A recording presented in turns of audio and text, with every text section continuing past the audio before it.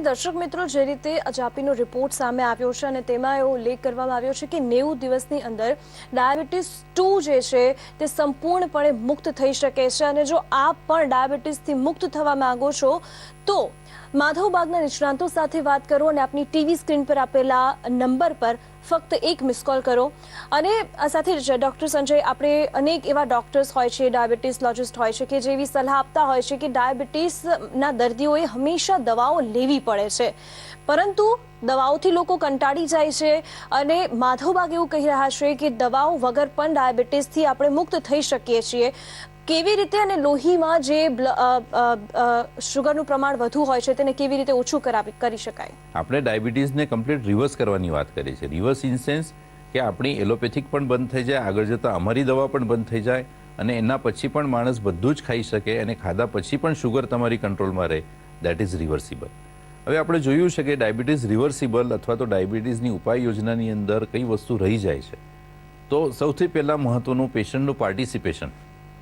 ડાયાબિટીસની અત્યારની કન્ડિશન આપણે જોઈએ છે તો પેશન્ટ ખાલી ને ખાલી ડૉક્ટરને ત્યાં જ્યારે જાય છે ત્યારે જ યાદ એને રહે છે કે મારે ડાયાબિટીસ માટે ડૉક્ટરને બતાવવું છે, પરંતુ ઘરે આવ્યા પછી એ પૂરેપૂરી વસ્તુઓ ભૂલી જતા હોય છે. કોઈ દિવસ લાઇફસ્ટાઇલ છે, કોઈ દિવસ જમવાની વાત છે, કોઈ દિવસ રિવર્સલની તો વાત એમને જે આઈડિયા જ નથી હોતી. એટલે ટૂંકમાં આપણે એ પાર્ટિસિપેશન મેળવવાનો પૂરેપૂરો પ્રયત્ન કરતા હોઈએ છીએ. એના લીધે જ આપણે ડાયટ બોક્સ એક કન્સેપ્ટ ડેવલપ કર્યો છે, જેની અંદર ડાયટ ઉપર આપણે 60-70% ડિપેન્ડન્સી આપણે રાખતા હોઈએ છીએ.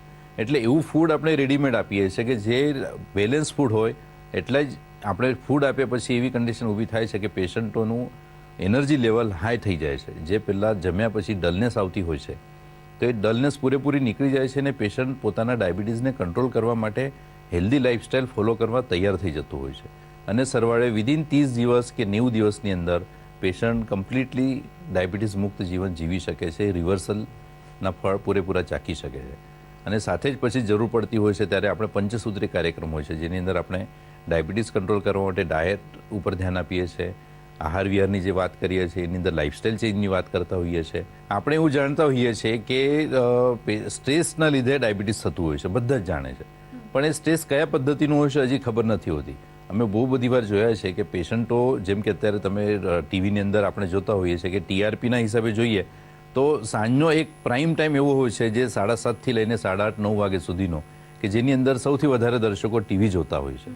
હવે થતું એવું હોય છે કે એ જ સમય આપણો જમવાનો હોય છે, એટલે દરેક ઘરમાં લગભગ પરિસ્થિતિ એવી હોય છે કે માણસ જમતી વખતે ટીવી જોતો હોય છે. થાય છે એવું કે સરવાળે માણસ પોતાનું ઇન્વોલ્વમેન્ટ જમવાની અંદર નથી હોતું અને સૌથી વધારે ઇન્વોલ્વમેન્ટ એનું ટીવીની અંદર હોય છે, એની ઘટનાઓની સાથે પોતાને જોડવાનો પ્રયત્ન કરે છે. તો સરવાળે થાય એવું છે કે સ્ટ્રેસ લેવલ ત્યાં હાઈ થઈ જાય છે અને એ સ્ટ્રેસ લેવલ બોડી પચાવી નથી શકતું, એટલે પાછી શુગર તમારી અનકન્ટ્રોલ થતી હોય છે. એટલે આવી સિમ્પલ વસ્તુઓ પણ જે ખરેખર કોન્ટ્રીબ્યુટિંગ ફેક્ટર છે ડાયાબિટીસ કંટ્રોલ થવા માટે અથવા તો ડાયાબિટીસ વધારવા માટે, તો એ આપણે આઈડેન્ટિફાય કરીને એ બધા ટ્રીટમેન્ટની અંદર લેતા હોય છે.